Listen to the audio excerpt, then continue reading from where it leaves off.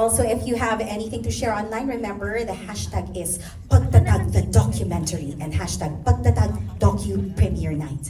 Go ahead.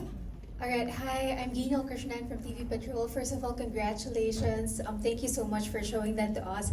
Pero I think some of the questions were already asked about the documentary. So I'm just gonna ask about the award that you guys are getting on the 27th.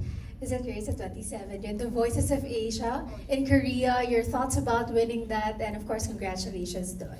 Anybody can answer.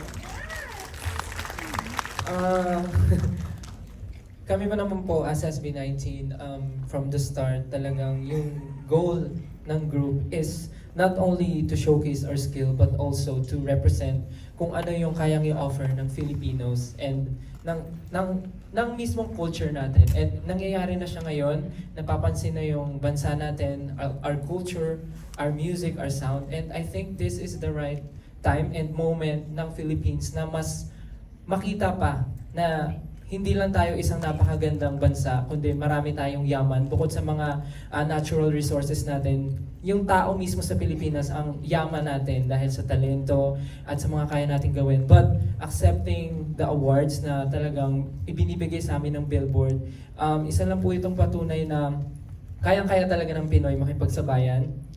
Talagang dapat lang suportahan, dapat lang magtulungan, and we're very blessed and thankful sa lahat talaga ng naniniwala sa amin. Of course, nandiyan na yung 18, but sa lahat ng taong nandiyan talaga our family and of course yung mga brands and our family onesie na nandiyan sa amin. Of course, hindi naman to para sa amin, para sa inyo to at sa lahat ng nandito sa atin, of course, to the whole Filipino music community, para sa inyong lahat po. So kaya maraming salamat po sa tiwala. We're very honored. Thank you po. Thank you. I have one last question. Are we looking at new music or anything you guys are releasing towards the end of the year? I mean, malapit na mag-December. I think. May regalo ba kayo para sa 18?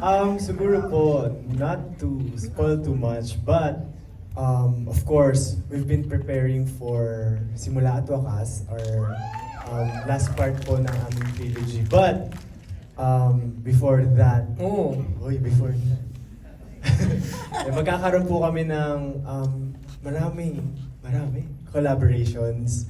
So soon po malaman niyo kung sino po yung mga artists na makaka-collaborate po namin. So abang lang po kayo. So yun po, collaborations ang parating. Thank you very much. Looking forward to that. Grabe.